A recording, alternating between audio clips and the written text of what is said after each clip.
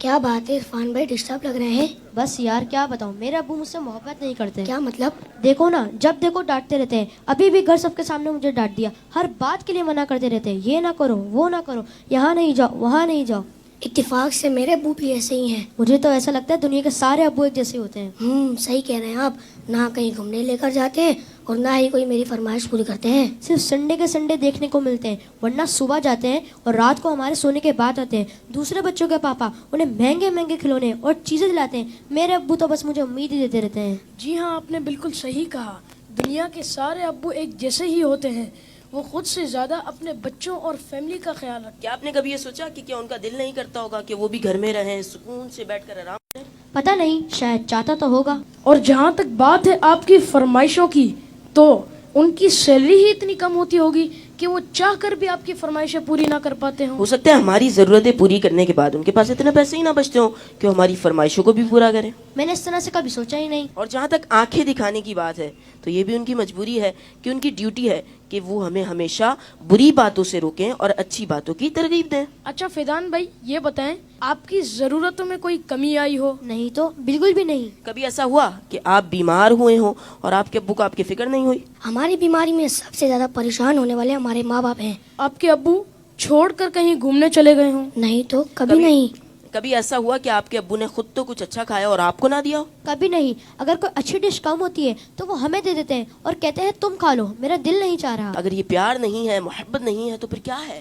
ماں اور باپ دونوں ہی محبت کرتے ہیں، لیکن ماں کی محبت نظر آ جاتی ہے اور باپ کی محبت کو محسوس کرنا پڑتا ہے. میں کتنا غلط سوچ رہا تھا اپنے ابو کے بارے میں.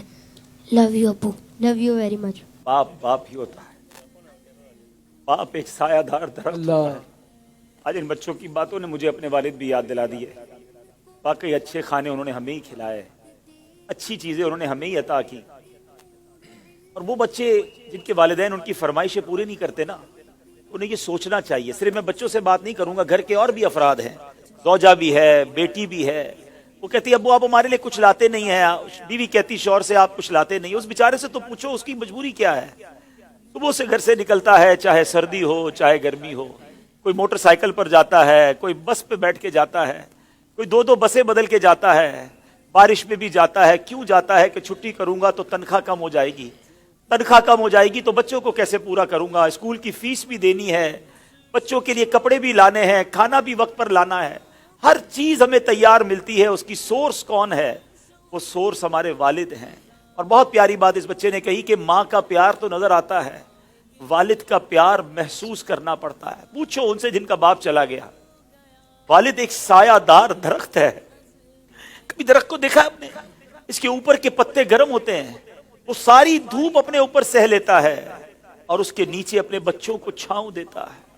اگر لوگ بعض اوقات اپنے والد کی قدر نہیں کرتے، اپنے والد سے الجھتے ہیں، اپنے والد کو برا بھلا کہتے ہیں، یاد رکھیے میرے آقا فرماتے ہیں اس کا مضمون یہ ہے کہ والد کی رضا میں اللہ کی رضا ہے اور والد کی ناراضی میں اللہ کی ناراضی ہے.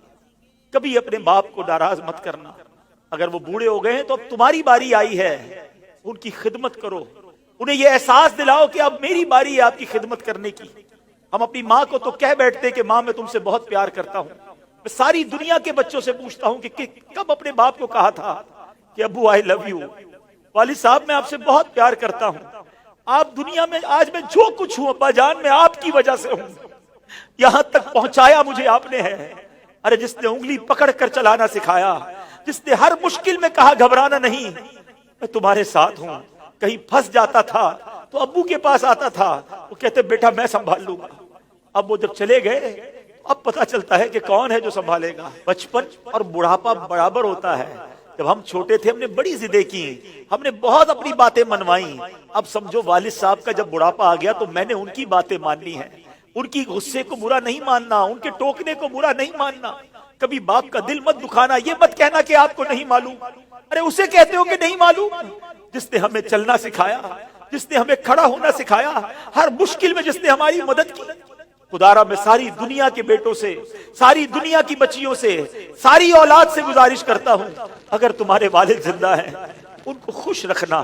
اور بوڑھے ہو گئے تو اب احساس دلاؤ ان کو کہ ابو جان آپ نے بڑا کام کیا ہمارے لیے، بڑی محنت کی، اب ہماری باری ہے آپ کی خدمت کرنے کی، اب ہم آپ کو سکھ پہنچائیں گے، اب آپ کسی ٹینشن میں نہ رہے، میرے پاس جو کچھ ہے ابو جان یہ سب آپ کا ہے، آپ کی وجہ سے ہے۔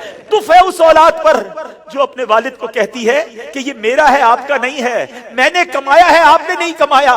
یہ کبھی مت کہنا میرے پاس جو کچھ ہے، جو شرافت ہے، جو عزت ہے، جو دولت ہے، وہ سب کچھ ماں باپ کی وجہ سے ہے، وہ والد کی وجہ سے بالخصوص ہے۔ اپنے والد کو بڑھاپے میں خوشی دینا، اور جن کے ماں باپ چلے گئے اب ان کے لیے خوب ایصال ثواب کرے، ان کی قبر پر جایا کرے، وہاں دعائیں کیا کرے، بڑی پیاری دعا ہے۔ آؤ آخر میں مل کر ہاتھ اٹھائیے، اپنے ماں باپ کے لیے جو قرآنی دعا ہے وہ کرتے ہیں۔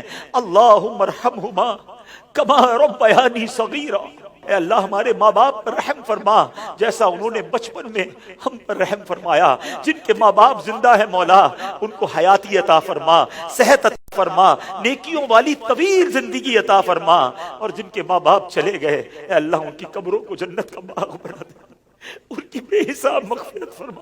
تیرے دربار میں ہم دعا کرتے ہیں، انہوں نے ہم پر بڑی مہربانیاں کی ہیں، تو ہمارے ماں باپ پر مہربانی فرما، آمین بجاہ النبی الامین صلی اللہ تعالی علیہ وسلم۔